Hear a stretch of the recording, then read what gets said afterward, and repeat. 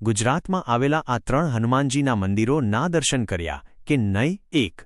નારીચાણિયા હનુમાનજી. ધ્રાંગધ્રા નજીક નારીચાણા ગામે આવેલું આ મંદિર ખેતરમાં હળ ચલાવતી વખતે પ્રગટ થયેલી મૂર્તિ માટે જાણીતું છે. માન્યતા મુજબ હળ વાગવાને કારણે ભાદરવા સુદ બીજે મૂર્તિના પગમાંથી રસી નીકળે છે અને આ મૂર્તિ દર વર્ષે ચોખાના દાણા જેટલી વધતી હોવાનું કહેવાય છે. કારતક મહિનાના શનિવારે દર્શનનો અનેરો મહિમા હોય છે. 2. ઝંડ હનુમાનજી. જાંબુઘોડા.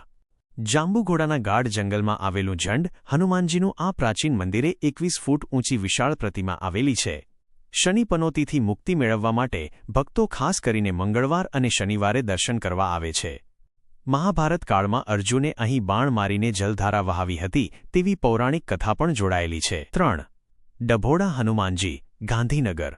ગાંધીનગર જિલ્લાના ડભોડા ગામે આવેલું આ 1000 વર્ષ જૂનું અતિ પ્રાચીન મંદિર સ્વયંભૂ પ્રગટ થયેલી હનુમાન દાદાની મૂર્તિ માટે પ્રખ્યાત છે.